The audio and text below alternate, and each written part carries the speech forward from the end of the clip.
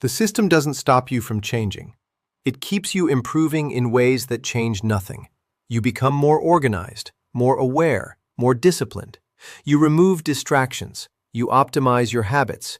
You adjust your routines. And slowly, the feeling of progress begins to replace progress itself. Nothing collapses. Nothing resists you. You keep moving. That's why it takes so long to notice you never actually left the same place. The most stable systems do not survive by preventing movement. They survive by allowing controlled adaptation. The person continues improving. The structure continues remaining the same. Because movement creates emotional confirmation, and emotional confirmation removes the need to question direction. You wake up every day feeling like something is about to change. You think more carefully now. You manage your time differently. You try to stay focused. You try to become more intentional. And because those adjustments are real, they feel meaningful. You start tracking habits, organizing your thoughts, reducing distractions, consuming information that promises clarity. Everything begins to feel more structured, more controlled, more productive. But if you look at the larger pattern, almost nothing actually changes. Your environment stays the same. Your reactions stay the same. Your priorities remain trapped inside the same conditions that created them. You are not standing still, but you are moving in circles so gradually it feels like direction. That's the illusion. The system never needed you to stop moving. It only needed your movement to remain predictable. False movement becomes convincing when small-scale adjustments produce emotional reward. The person experiences activity, organization, optimization. The structure experiences stability. Because once effort feels meaningful, the individual stops measuring outcome. Continuation itself begins to feel like progress. Most modern systems do not motivate people through success. They motivate them through signals: a completed task, a cleaner routine, a better schedule, a small improvement in focus, a temporary feeling of control. None of these things are meaningless. That's what makes the mechanism difficult to see. The improvements are real. The movement is real. The effort is real. But the direction remains untouched. You become better at maintaining the structure that already exists. You learn how to function more efficiently inside it, how to adapt to it with less friction, how to stay emotionally stable while repeating the same patterns. And because the system rewards every small adjustment, you continue investing in the process. You feel engaged. You feel responsible. You feel like you are building momentum. But momentum toward what? That question slowly disappears. Because the emotional reward of improvement becomes more important than the reality of change. Signals of progress are more stable than progress itself. Real change is disruptive, unpredictable, difficult to sustain. Signals are safer. They provide psychological satisfaction without requiring structural rupture. The individual remains motivated. The structure remains intact. And over time, the distinction between improvement and continuation begins to collapse. The system you live inside does not need to control your decisions directly. It only needs to shape the conditions where your decisions happen. That is why most people never feel trapped. Nothing blocks them. Nothing prevents movement. Nothing openly says no. You are allowed to improve, allowed to optimize, allowed to restart, allowed to try again. And every one of those actions creates the feeling of freedom. But freedom inside a stable structure does not necessarily produce change, because the structure quietly determines what your improvements are allowed to lead to. You can become more disciplined without becoming more free. You can become more efficient without changing your direction. You can improve your ability to function inside conditions that never actually change. And eventually, your idea of progress begins adapting to the structure itself. You stop measuring change by transformation. You measure it by stability, by consistency, by maintenance, by your ability to continue without collapse. That is the point where the system no longer needs resistance, because your behavior already aligns with its shape. Stable systems rarely survive through force. Force creates friction. Friction creates awareness. Long-term stability comes from compatibility. The individual adjusts voluntarily because the structure continuously rewards adaptation, and once adaptation becomes identity, leaving the pattern no longer feels necessary. The system does not trap the person. The person learns how to remain inside it more comfortably. At some point, you stop asking whether your life is changing. You start asking whether you are managing it correctly. That shift feels small, almost reasonable. You become focused on balance, consistency, sustainability, optimization. Not because somebody forced you to think that way, because those are the only forms of progress the structure continues rewarding.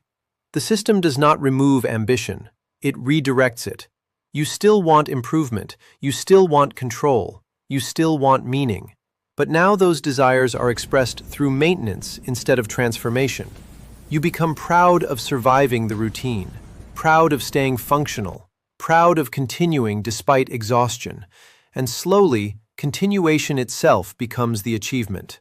Not because it fulfills you, because it prevents collapse. That is the adaptation loop. The structure creates pressure. The individual adapts to survive it. The adaptation gets rewarded. The reward reinforces the structure. And because the process feels voluntary, the loop becomes invisible. You no longer feel shaped by the system. You feel responsible for maintaining yourself inside it. The strongest behavioral loops do not depend on obedience. They depend on self-regulation. The individual begins monitoring themselves on behalf of the structure. Efficiency replaces reflection. Maintenance replaces direction. And eventually, the person no longer asks, "Is this leading somewhere?" Only, "How do I keep this stable?" The longer a pattern repeats, the less visible it becomes. Not because it disappears, because it becomes familiar. You stop noticing how often your days repeat, how predictable your reactions became, how every version of progress starts leading back to the same place. Nothing feels alarming. That is what makes normalization so effective. The system does not need to convince you that the pattern is good. It only needs the pattern to feel normal. And once something feels normal, you stop evaluating it. You stop comparing it to alternatives. You stop imagining different directions. You stop asking whether your effort is actually changing anything. Because the routine already answers the question for you. You wake up, you continue, you manage, you optimize, you recover, and then you repeat it again. The repetition itself becomes evidence that the structure works, even if nothing meaningful ever changes. And after enough repetition, stability begins to feel safer than possibility. That is the moment where the system no longer needs to limit you. You begin limiting yourself automatically. Normalization removes the emotional signal that something should be questioned. The individual stops recognizing repetition as repetition. The pattern becomes identity. The routine becomes reality.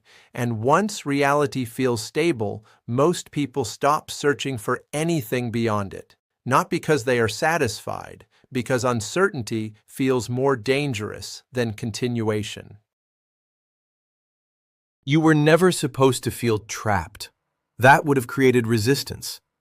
You were supposed to feel functional, capable, responsible, productive, aware.